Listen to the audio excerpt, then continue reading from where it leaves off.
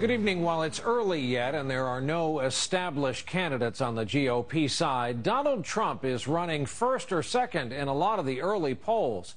He is among the best known names in this country, in part because that name is all over the place on everything from buildings to TV shows on this network. Trump's message, in large part, is that he could do in government what he has done in business. And tonight we have a look at some of what he's done in business, including some who have reason to doubt that Trump name.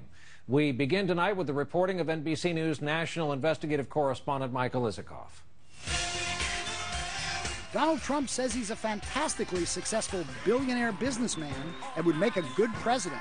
I have built a great company. I've done a great job. I put a lot of people to work. But a closer look at Trump's business records also shows high-profile bankruptcy filings, multi-million-dollar real estate deals that went sour, and a trail of ongoing lawsuits accusing Trump of deceptive business practices. The only thing that's brilliant about Donald Trump is his ability to get publicity and to promote himself.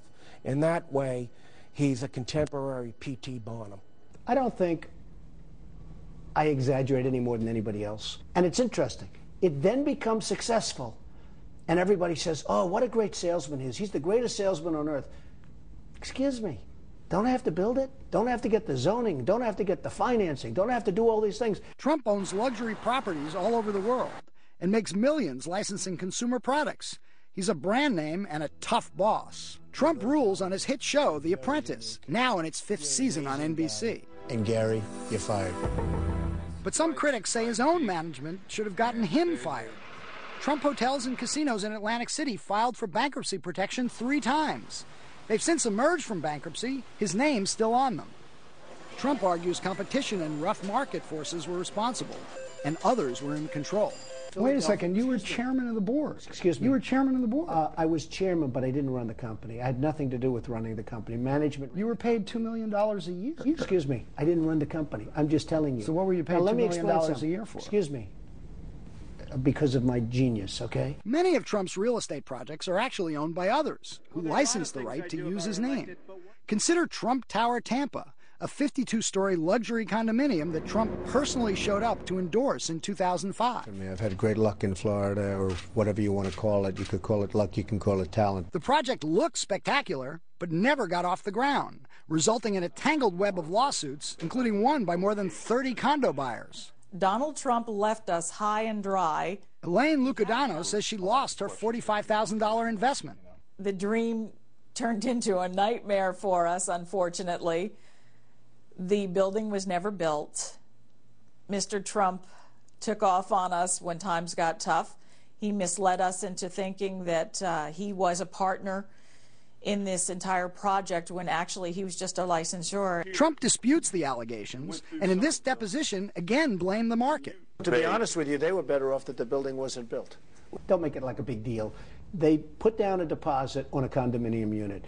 Had the building been built, excuse me, and they paid a lot of money for it because the market was good. Had the building been built, they would have never closed because the units would have been worth, like everything else in Florida, nothing to do with me. Then there's Trump University. No actual campus or degrees, but students, some of whom are now suing, plunked down up to $35,000 for seminars. We're going to teach you about business. We're going to teach you better than the business schools are going to teach you. 97% approval rating from the people that went there. But last year, New York State regulators demanded Trump stop calling it a university, and he did. And the Texas Attorney General's office opened an investigation into possible deceptive trade practices, which was dropped after the school stopped doing business in the state. Why did you call it a university? Because we didn't know there was any rules or regulations about using the name university. We didn't check that out? I think probably they felt that we would have qualified. If we didn't qualify, that's fine. We changed the name. As you take a step back from all this, I mean, if somebody were to say, what have you learned from your successes? What have you learned from your failures that are relevant to considering you as a possible president? Well, first of all, my successes, and I think you will attest to this, have been vast. Right. I don't even view myself as having failures, and I certainly learn from things that don't work out as well. I also pressed Trump about the birther issue, which has gotten him traction in the polls. Brian, when I spoke to Hawaiian officials, they said Trump's charges that President Obama is concealing information about his birth are ludicrous, and that the records in state files are completely consistent with the certification of live birth that he's already released. I asked Trump today if he thought Hawaiian officials are lying, and he didn't answer the question. All this while he still says he's mulling an official run. Michael Isikoff, our national investigative correspondent. Thanks.